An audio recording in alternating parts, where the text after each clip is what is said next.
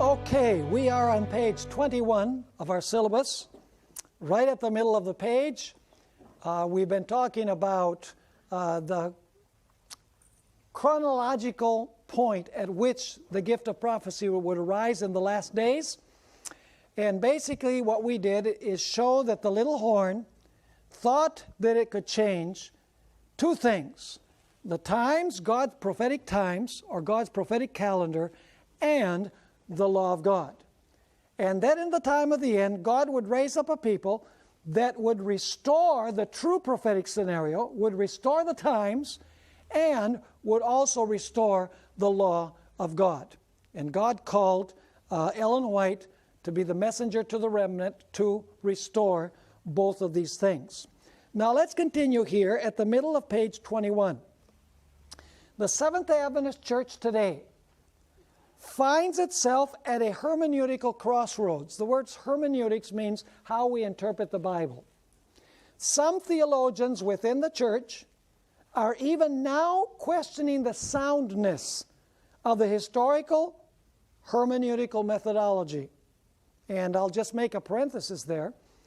There's a pastor of a rather large institutional church of the Seventh-day Adventist Church today that wrote an article for Adventist Today, which is a magazine from the liberal fringe of Adventism, where he says that the second beast of Revelation chapter 13 is not the United States, that the Seventh-day Adventist Church has become paranoid by its interpretation of that beast as being the United States.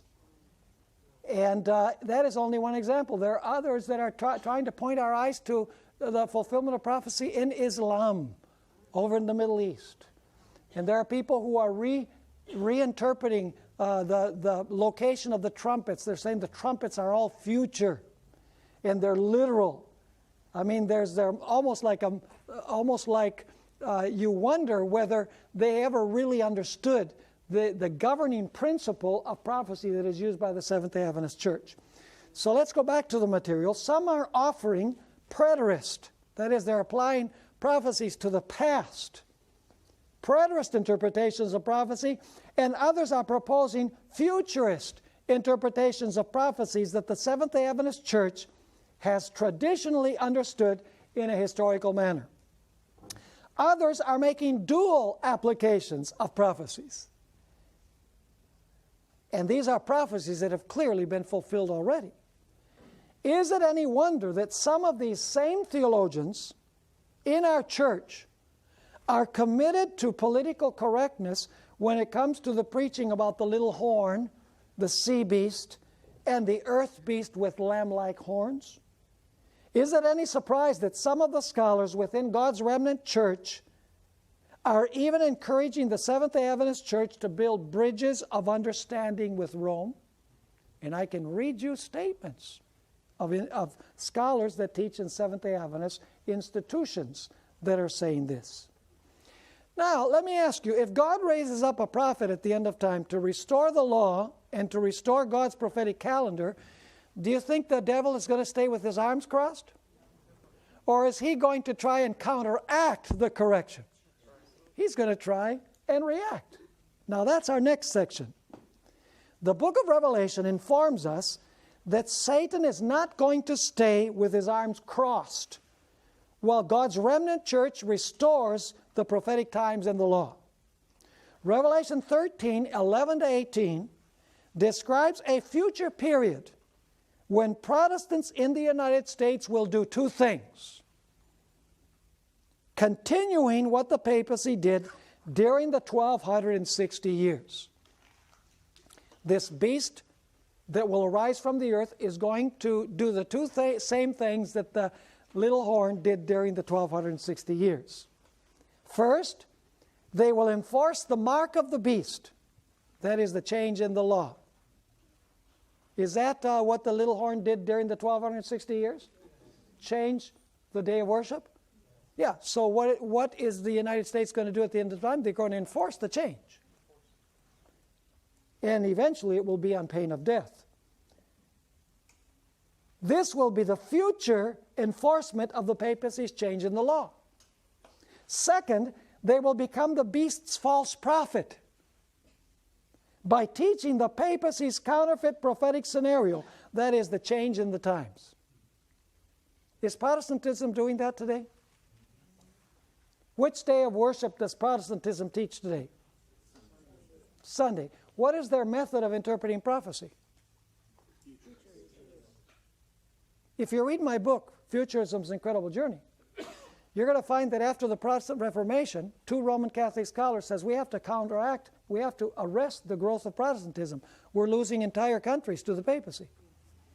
So a guy by the name of Luis de Alcázar, Jesuit from Spain, wrote a commentary on Revelation. He said, no, this little horn of Daniel 7, that was an individual called Antiochus Epiphanes. He lived 165 BC. And the beast, that was Nero, during the time of the Roman emperors. By the way, that is the Roman Catholic method of interpreting prophecy today. It's called preterism. The mainline Protestant churches of the world today use that method to interpret prophecy. I went to several Protestant commentaries from the mainline churches, Presbyterians, Methodists, Lutherans, etc. They're preterists. They believe that these prophecies of the little horn and the beast were fulfilled with Antiochus Epiphanes, and they were fulfilled with the Roman emperors, Nero being the primary candidate. Now, if these prophecies were fulfilled with Antiochus Epiphanes and with Nero, what relevance do they have in relationship to the Roman Catholic Church? None. So they're looking to the past for the fulfillment. Most conservative Protestants today are futurists. And futurism was established by a guy by the name of Francisco Rivera, also a Jesuit from Spain, Roman Catholic, wrote a commentary where he tried to show that the Antichrist had not risen yet. The Antichrist is a nasty individual who will rise in the Middle East. He will rebuild the Jewish temple. He will rule there for 3.5 years. He will persecute the Jews. Does that sound familiar? So if the Antichrist, if the little horn and the beast are future in Israel after the rapture of the church, is there any relevance to the Roman Catholic papacy fulfilling prophecy? Not at all. So what happened to the Roman Catholic Church simply not only changed the Sabbath, but they changed the method of interpreting prophecy to hide who changed the Sabbath. Now let's continue here. For most conservative Protestants today, the United States is the good guy, and Islam is the deadly enemy. After 9/11, all eyes have turned to the terrorists in the Middle East. Is that true? The government, the media, and even many evangelical churches see militant Islam as the deadly enemy of the West. Many right-wing talk show hosts consider any criticism of the policies of the United States as unpatriotic and unchristian. What an overwhelming surprise, folks, it will be when they finally discover that the United States, by joining hands with the papacy, will commit national apostasy that will lead to national ruin. And Ellen White says that when the loud cry is proclaimed, and the church, the remnant church shows that Babylon is apostate religion fallen, she says people will, with their mouth open, and I'm paraphrasing, they'll say, "We have never heard anything like this before." And they will take their position on the side of the Lord.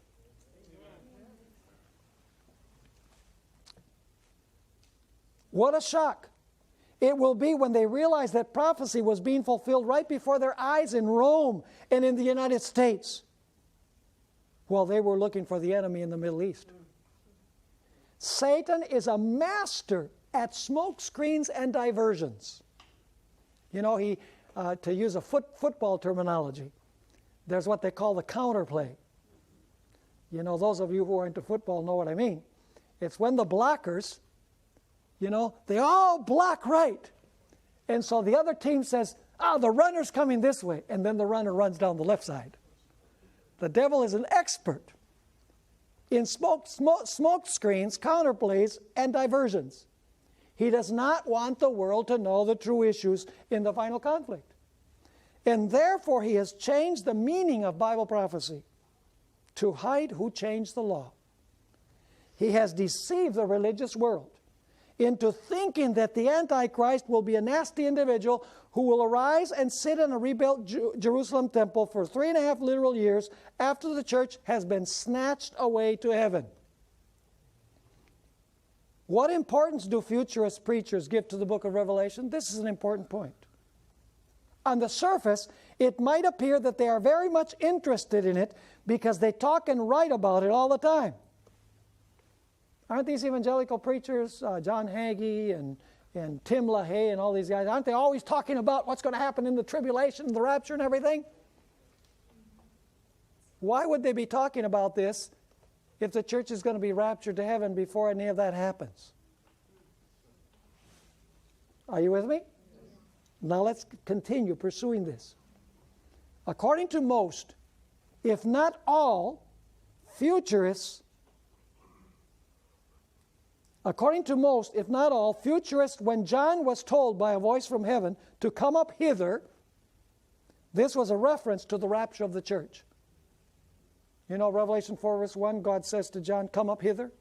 I will show you what is going to happen after this. Futurists believe that the rest, this is important, that the rest of the book of Revelation from that point on will be fulfilled with the literal Jews in the Middle East after the church is gone from planet Earth. Why is that so significant? Listen. Think about the implications of this. Seventh-day Adventists have traditionally believed that the origin and destiny of our movement is clearly portrayed in the little book episode of Revelation 10. Remember? Eat it, it'll be sweet in your mouth and bitter in your stomach. We believe that applies to 1844, to the remnant church. We also believe that our divinely appointed origin is portrayed in Revelation 12:17, which we've already studied. And that our distinctive message and mission to the world is found in Revelation 14:6 through 12. But now listen. But if Revelation 4 through 22 applies only to the literal Jews during the future tribulation after the church is in heaven, then our divine origin, message, and mission are gone. We have no reason to exist. How many churches in the world are preaching the three angels' messages? How many non-Adventist churches in the world are preaching the three angels' messages? None. And one reason is, if Revelation 4 through chapter 20 applies to the future after the church is gone, Revelation 14 is irrelevant. It doesn't apply to us because it applies to those who are left behind. The devil is a sly individual, isn't he? He knows how to mute our message. It's by changing our method. Furthermore, continuing here. Furthermore, according to the futurist scenario, the enemies of God's people will not even come on the scene until after the rapture. So why worry about them now? If we are going to be gone, why even bother to speak about the beast, his image, and his mark? If that's after the rapture of the church, why even bother with it? Why bother to call people out of Babylon if that takes place after the rapture of the church? Focusing on literal Israel in the future in the Middle East hides the true identity of the beast and the false prophet. Does it?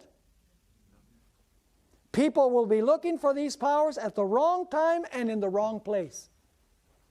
And so the papacy in the United States will be fulfilling prophecy right before people's eyes, and they will not be able to see it because they will be looking in the wrong place at the wrong time for the wrong Antichrist. The very message, mission, and identity of the Seventh-day Adventist Church depend on our method of interpreting Revelation. And I would say Daniel also.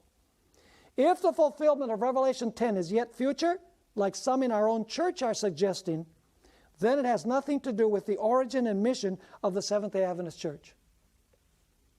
If the fulfillment of Revelation 12:17 is still in the future, then it has nothing to do with the origin and identification of the remnant church that arose shortly after 1844. I firmly believe that God called Ellen White to set the record straight when it comes to end-time events. Amen. The book, Great Controversy, is a vital book for this day and age. It is the best commentary ever written on the book of Revelation. People say, what book do you recommend to understand Revelation? Great Controversy. Now, don't misunderstand me. Everything is not on the surface in the Great Controversy. Ellen White comments on many things, and she never quotes the verses.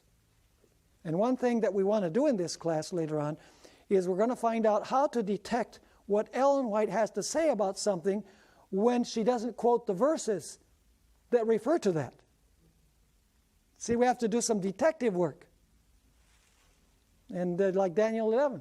Some people say Ellen White doesn't say anything about Daniel 11:40 to 45. Because she never quotes the verses, she never even uses the language anywhere in her writings. So she had nothing to say. Oh yeah, she had a lot to say. She just doesn't use the terminology. So you have to study the structure. You have to do a little detective work to find out where she's commenting on things, even though she doesn't use the specific verses. Ellen White once warned one of our school teachers about the dangers of his futurist and preterist views concerning the prophecies that have made us what we are as a people. Ellen White was aware of preterism and futurism, and she warned against it. Here is one quotation from 2 long letters that she wrote to John Bell, who was a school teacher. This is what she stated. We have a sleepless adversary, and he is constantly at work upon human minds that have not had a personal experience in the teachings of the people of God for the past 50 years. Now listen to this. Satan will take the truth applicable to their time and place it in the future. Events in the train of prophecy. See, what is prophecy? It's a train. See, that's historicism, the historical method. She says, events in the train of prophecy that had their fulfillment away in the past are made what? Future. And thus, by these theories, the faith of some is undermined. Are you understanding the importance of the spirit of prophecy in these last days when it comes to interpreting Bible prophecy? Plus, Ellen White was not only raised up to restore the commandments of God, to say, God's people will be law keepers because they love the Lord. They're going to keep the Sabbath in honor of the Creator. God not only raised her up for that, God raised her up to provide a clear picture of the entire end time scenario as it is taking place and as it will take place. Because if you don't understand that, you're going to end up on the wrong side. Now let's go to the next section, the historical sequence of Revelation 13. Let's review Daniel 7. I like to review a lot. My wife says, you repeat and repeat. And I say to my wife, how do you suppose that a parrot learns to talk? By repeating, right? So it's by repetition that we learn, The more we repeat, the more it is recorded in our memory. Because we are impacted by our words, believe it or not. And so let's review Daniel 7. Lion, bear, leopard. 4th beast, for a while by itself. 10 horns, that kingdom is divided. Little horn, 1,260 years. It must lose its dominion at the end of the 1,260 years, because if it didn't, then it ruled longer than 1,260. If it lost it before the 1,260, then it didn't rule 1,260. So it loses its power at the end, and then you don't have much after that. You know that this power is going to be ruling at the end because it will be destroyed by Christ. So we know it must recover its power at some point after the 1260 years, but it's not real clear there in Daniel 7. Revelation 12 begins in the Old Testament.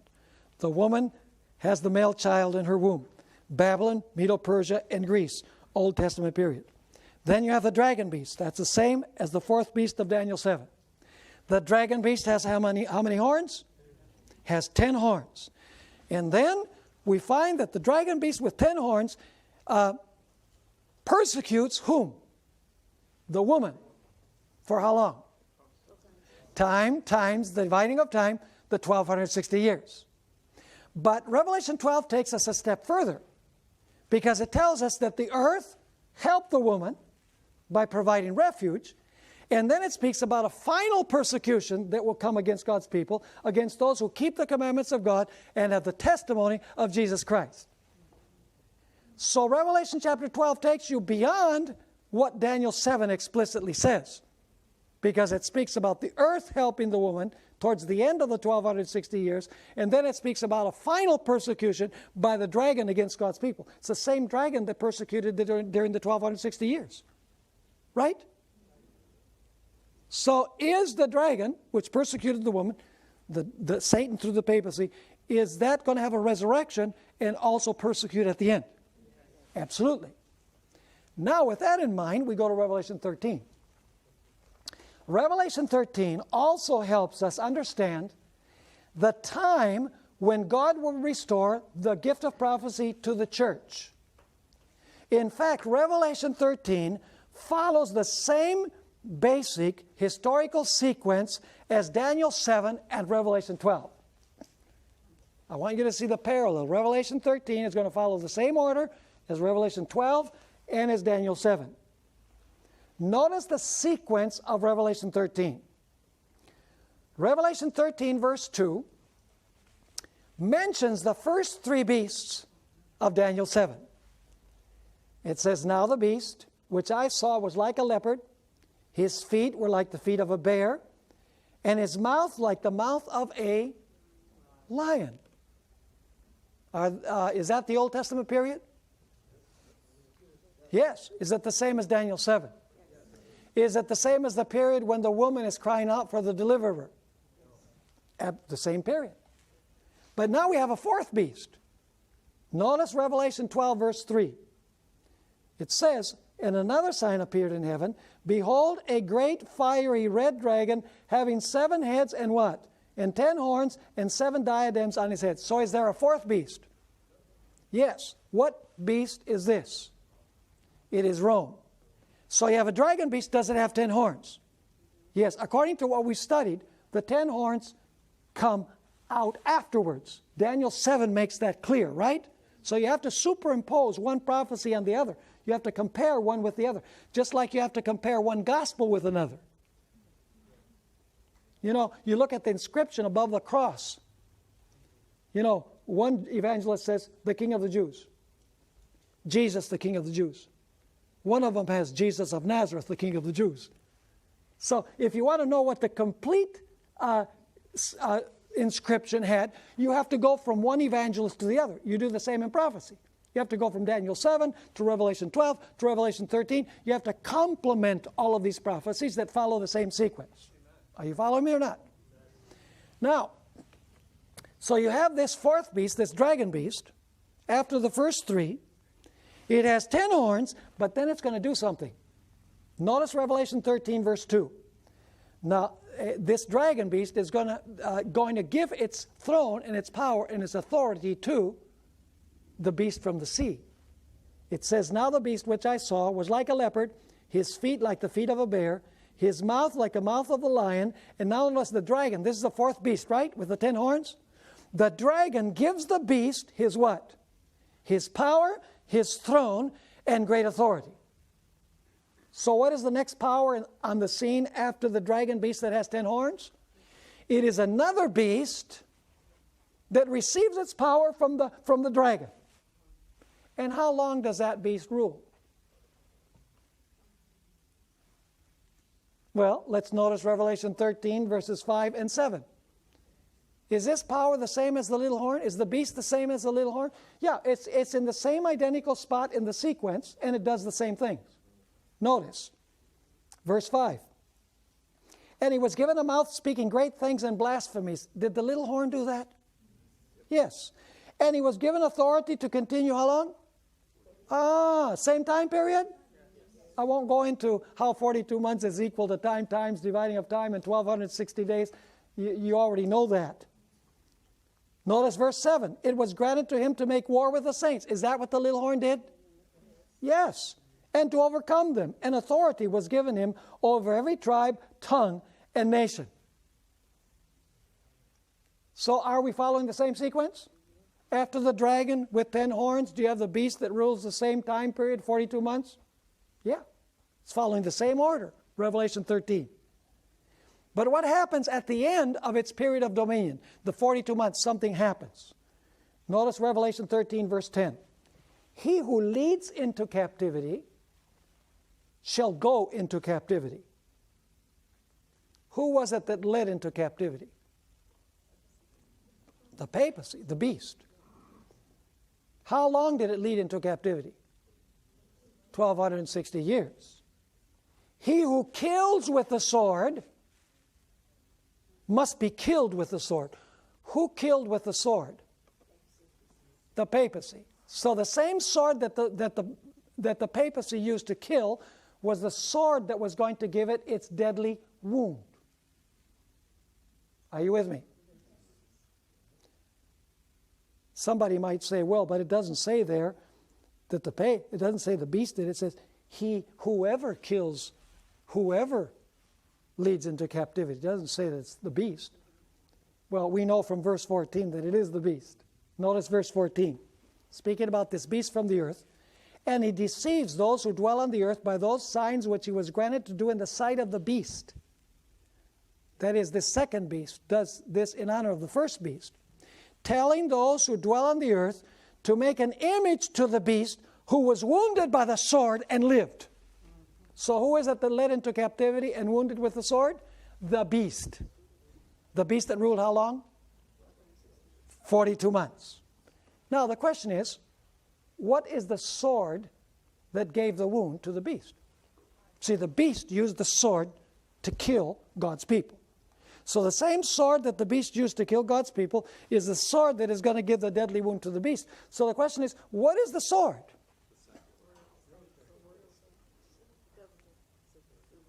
Many times people answer the Word of God, because Ephesians says that the sword of the Spirit is the Word of God. But in the Bible, symbols are flexible. They don't always mean the same thing. You have to take into account the context. For example, if I mention a lion, what does a lion represent symbolically? Can it represent Jesus? Can it represent the devil? He goes as a roaring lion. Can it represent Babylon? Can it represent Judah, the son of Jacob? Yeah. So just because you find lion doesn't always mean the same thing. Leaven. Leaven represents sin. But it also, in the parable that Jesus gave of the leaven, represents the Holy Spirit that's placed in the church and causes the church to grow. So just because you have sword here, and one text in the Bible says that the sword is the Bible, it can't be the Bible here. Because the papacy did not use the Bible to kill people. Are you following me or not? The sword that the papacy used to kill is a sword that would give it the deadly wound. The papacy did not use the Bible to kill anyone. So you have to go to another text that tells you what the sword means in other contexts. And in Romans 13, 1 through 4, you have this explanation. Let every soul be subject to the governing authorities, for there is no authority except from God. And God appoints the authorities that exist. What does this mean when it says the governing authorities? What is that referring to? The civil power, to the state. Verse 2. Therefore, whoever resists the authority resists the ordinance of God. And those who resist will bring judgment on themselves. For rulers, there it's clear, are not a terror to good works, but to evil. Do you want to be unafraid of the authority? In other words, do you want to not fear the government? Do what is good and you will have praise from the same. For he is God's minister to you for good. But if you do evil, be afraid. For he does not bear what? The sword in vain. So who bears the sword? The civil power. What does that mean, that the civil power bears the sword? Does the civil power have the right to punish someone who kills somebody? Does it have a right to punish someone who steals somebody else's property? Does it have a right to sentence children who abuse their parents? Yes. How about somebody who ruins somebody else's reputation by lies, false witness? Yes. The civil power has been established to preserve the civil order. And it has the sword, which means that if somebody violates the civil order, it can use the sword to punish individuals who violate civil law. The problem is the papacy used the sword, not only, it used the sword not to punish violations of civil law, but to punish violations of the first table of the law. And what was it that the papacy used? The papacy used the power of the governments of Europe to kill those who were not in harmony with the church. Do you know how it worked? First of all, there was a church trial. There was an inquisition, a church trial, where you had the priests and you had cardinals and everything to examine the so-called heretic. And after the church trial, usually they would determine that the person was guilty of heresy. But the church didn't take people out and kill them. What they would do is they would say to the emperor, as in the case of John Huss, they would say, hey, the church found this guy guilty of heresy. You got to kill him. And so the papacy used the power of the state, used the civil power to persecute those who were not in harmony with its teachings and its practices. It joined church and state.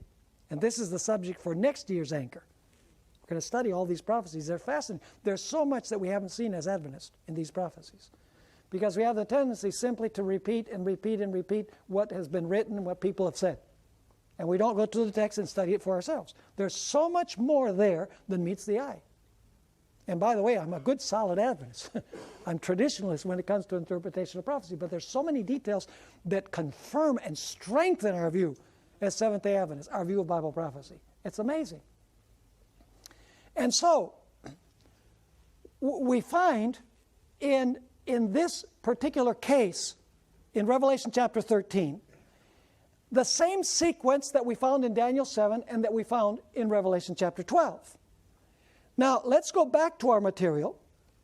You understand what the sword means? By the way, what was the power that gave the papacy its deadly wound? France. It was the civil power of France. Did France take away the sword? France said, listen, you've been using us to persecute people, now you're going to get a little persecuting yourself.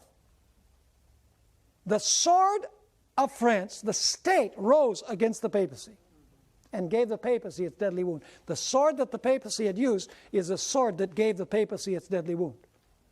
Was that the end of the story? No. Revelation 13, verse 11. At the time that the papacy receives its deadly wound, another beast rises from the earth. What does the earth represent? We encountered the earth in Revelation 12, didn't we? The earth represents the territory of the United States that provided refuge for the persecuted ones in the old world.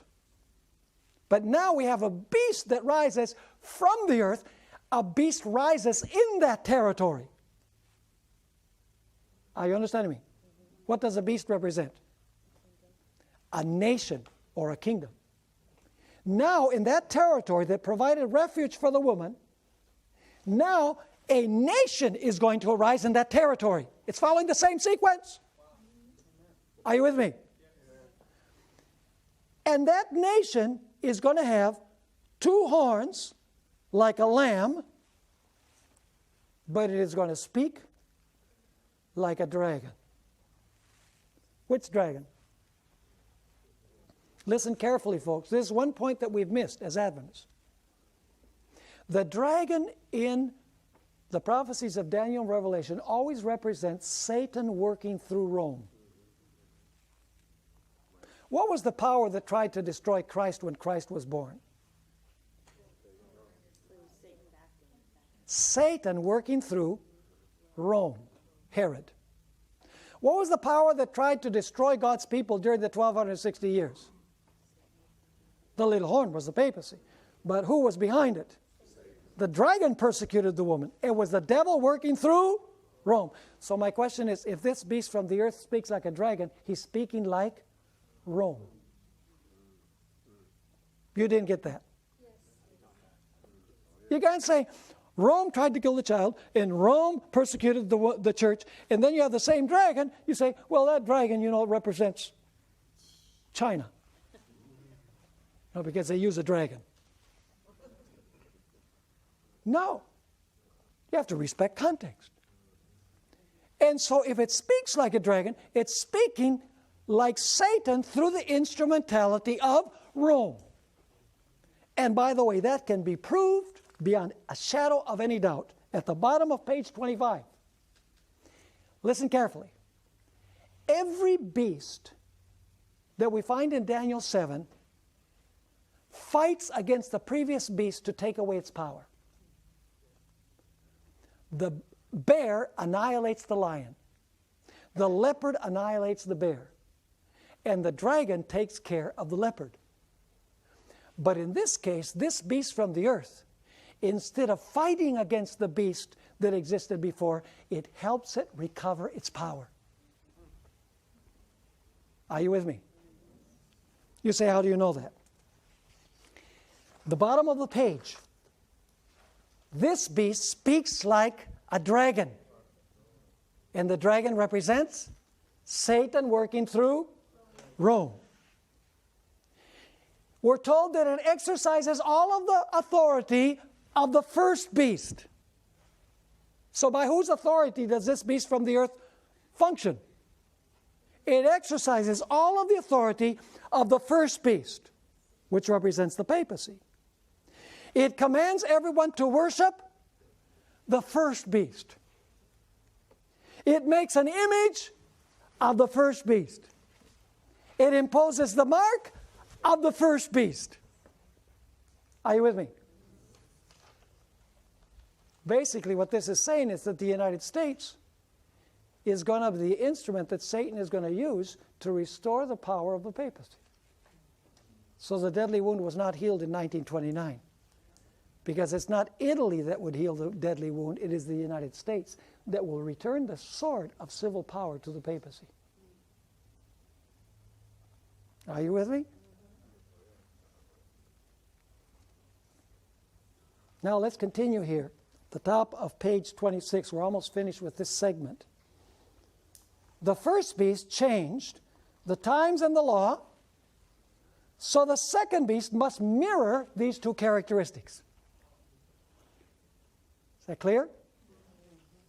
It makes an image of the first beast. Hello? Revelation 13, verse 13 and 16:13. Notably, the beast from the earth is called what?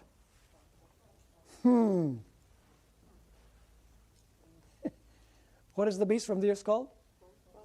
The false prophet. Why would the devil raise a false prophet? In response to the true prophet. Are you seeing the connection with Revelation 12:17? God says, I'm going to restore the true gift of prophecy to God's people in the end time. This prophet will be instrumental in establishing a people that keep God's holy law and a people that have a true comprehension of Bible prophecy. Does the devil know that God was going to raise such a prophet? He says, what I'm going to do is I am going to enforce the mark of the beast, which is the change in the law, and I am going to raise a false prophet to hide the true prophet who is trying to establish the true prophetic scenario. So let's go back here. The beast from the earth is called the false prophet. We are told that this false prophet will perform signs and wonders, even bringing fire down from heaven in the sight of men. It says there, he performs great signs, so that he even makes fire come down from heaven on the earth in the sight of men. And then a little bit later on in Revelation it says, and I saw 3 unclean spirits like frogs coming out of the mouth of the dragon, and out of the mouth of the beast, and out of the mouth of the what? False prophet. So is the devil going to raise a false prophet to try and counteract the message of the true prophet? Absolutely. So are you seeing the connection here? The little horn thinks that he can change what? Times and law.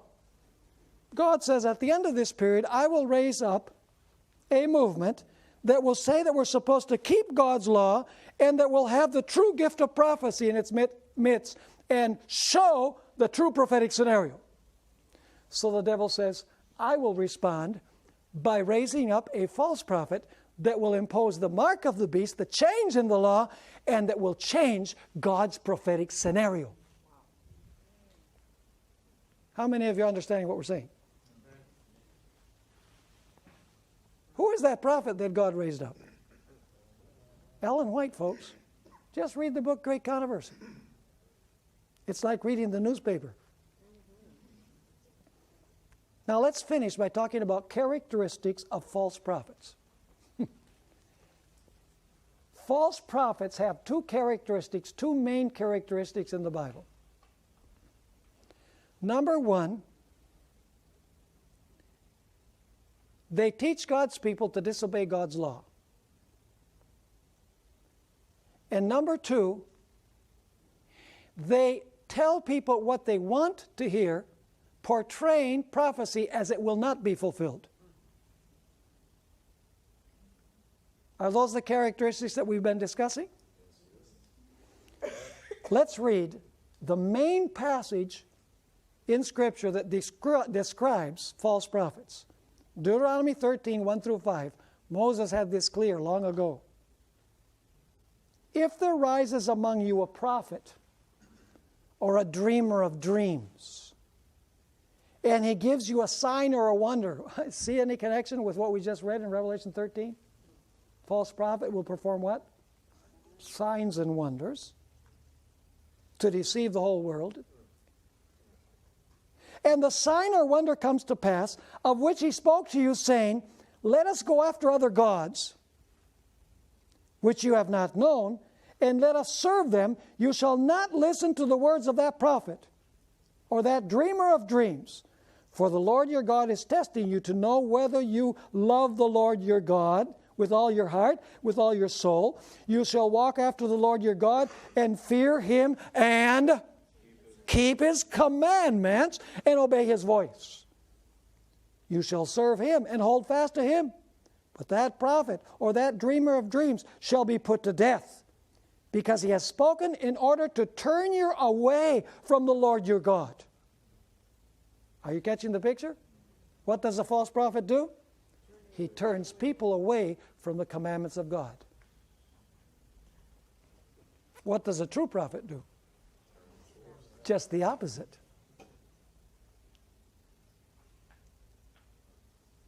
Notice Jeremiah 26, verses 4 through 6. Jeremiah 26, verses 4 through 6. I want you to notice that law and the gift of prophecy are linked together. And you shall say to them, thus says the Lord, if you will listen to me, to walk in my what? In my law, which I have set before you, to heed the words of my servants whom?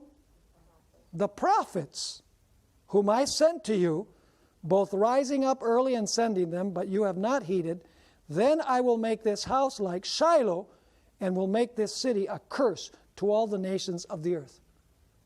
So what is? Keep my law and listen to my what?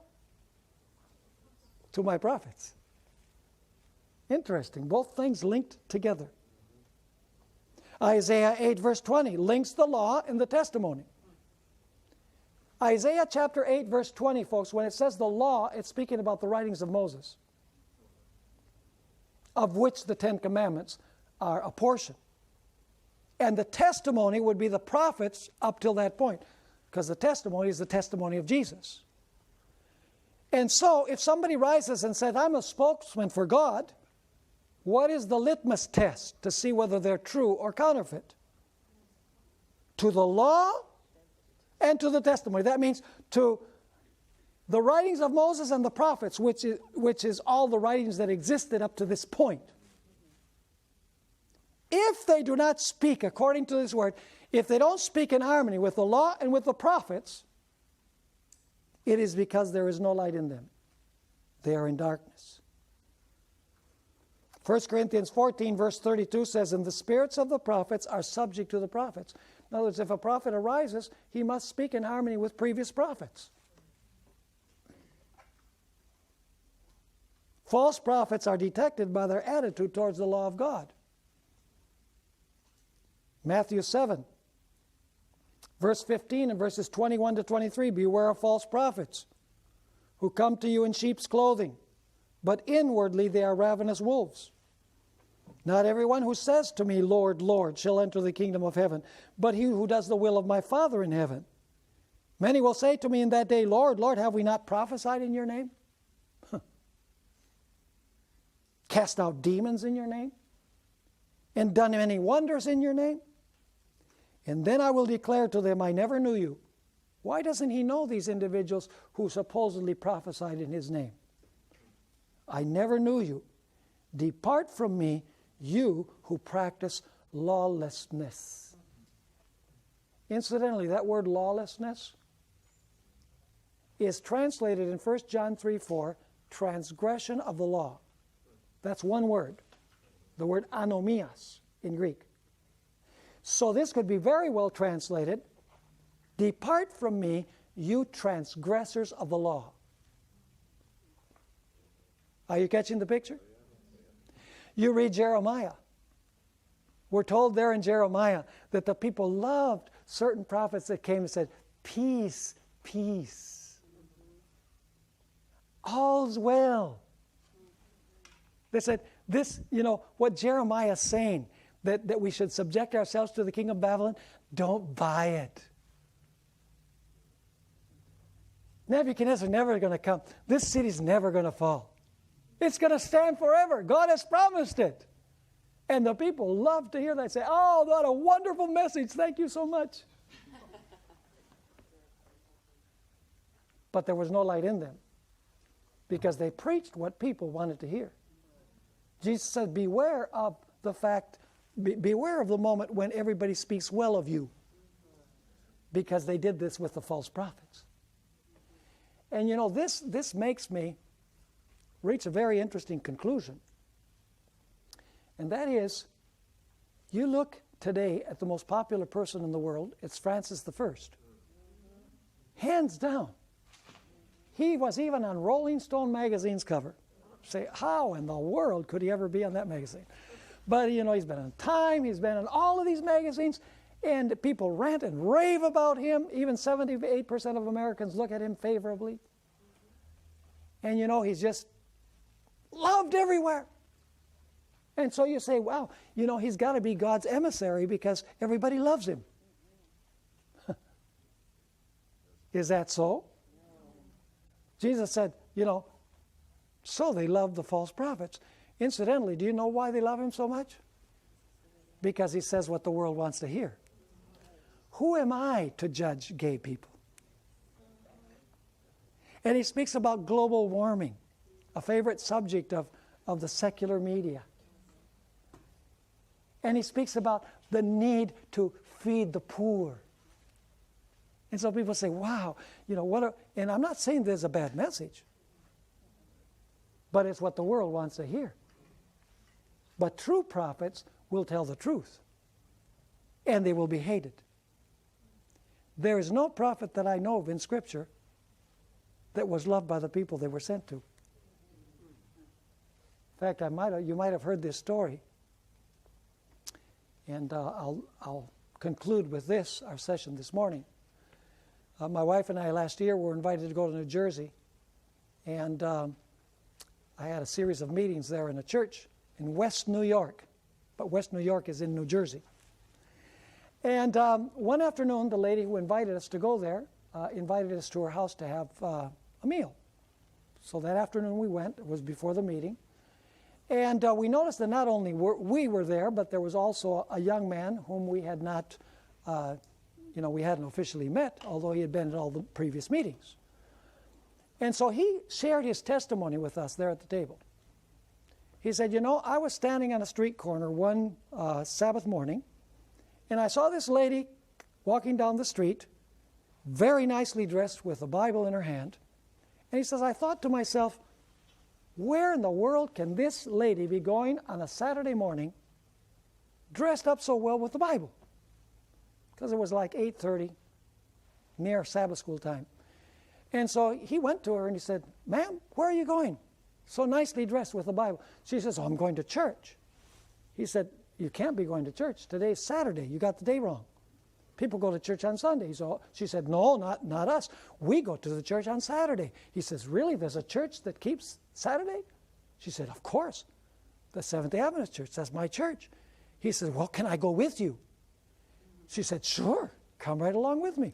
So together they went to the church. When he got to the entrance, he says to the elder who was greeting people there, he said, is this the church that keeps the seventh-day Sabbath? And the elder said, yes, it is. He said, well, then this is my church. So I went into the church, sat down, enjoyed Sabbath school.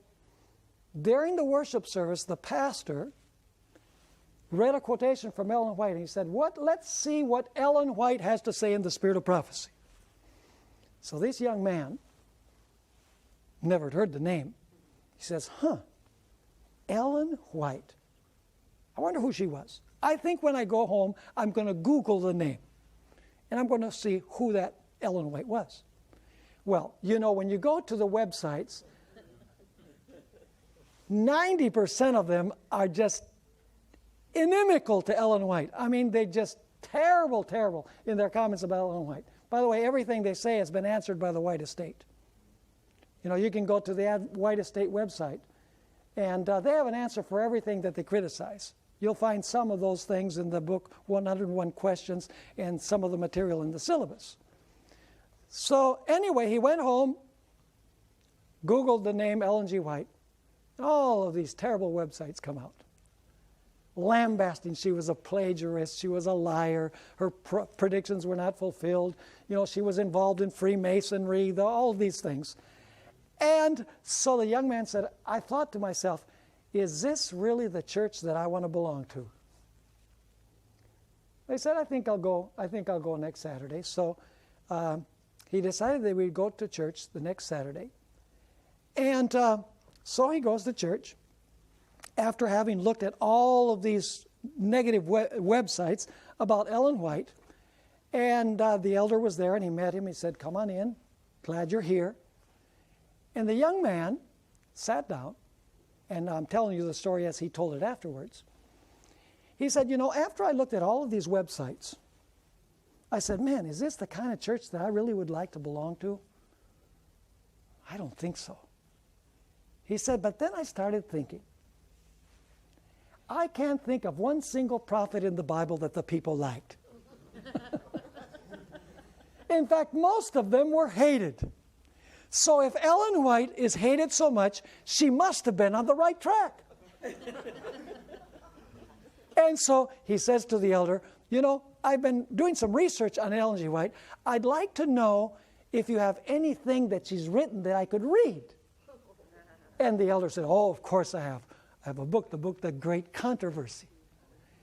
And he says, well, can I have a copy? He says, yes, you can have it. So the elder gave him a copy of Great Controversy. Went home, read the book in a week, the whole book. You're talking 800 pages in Great Controversy. He read the whole thing. And the next Sabbath he came to church, and the elder was there. And he said, sir, there is no doubt whatsoever in my mind, now that I've read this book, that this woman was inspired by the Holy Spirit. He says, because I've studied history, I can see what's happening in the world, and what she wrote so long ago is so precise with what has happened and what is happening now. To make a long story short, this individual who decided to research things for himself instead of going by the negative websites was baptized, and he became a member of the Seventh-day Adventist Church very recently, just last year. And as he told the story, he says, now I'm witnessing to my family, I'm witnessing to my fellow workers, I'm witnessing to anyone that I can find, and I'm distributing copies of the book, The Great Controversy. Folks, if we don't cry out, the stones will. God will find a way of sharing the message. If it's not us, God has 1,000 ways of which we know none. The main thing is that we must study for ourselves. We must research these things for ourselves. Let's not take what other people say. People didn't love Ellen White, even in her day, because she said things that they didn't want to hear. She was politically incorrect. She rebuked sin. She openly was critical of decisions, wrong decisions that were made, even by the highest leaders in the church. And therefore she was disliked, because nobody likes to be rebuked. And yet rebuke can be one of the greatest blessings for our own personal experience. And so, as we've examined this particular subject, we know that God called Ellen White at the right time, in the right place, and with the right message. It is clearly delineated in the chronology of the prophecies of Daniel 7, the prophecy of Revelation 12, and the prophecy of Revelation chapter 13. And I might mention also that it's contemplated in other prophecies which we did not cover, like Joel chapter 2. You know, and Revelation chapter 6, where it speaks about the great earthquake. And then it speaks about the signs in the sun, the moon, the falling of the stars. And the prophetic gift is presented within the context of those signs, shortly after those signs appear. So there are many ways in which this can be approached. And any way that you approach it, you will find, if you have a sincere heart and an open mind, that God has raised up this special gift for this time and this place. And woe to us if we don't take advantage of this wonderful gift. Visit secretsunsealed.org for annual class dates and topics. Anchor is a seminary-level course of study on the fundamentals of Seventh-day Adventist theology taught by Pastor Stephen Bohr and guest theologians. Seating is limited.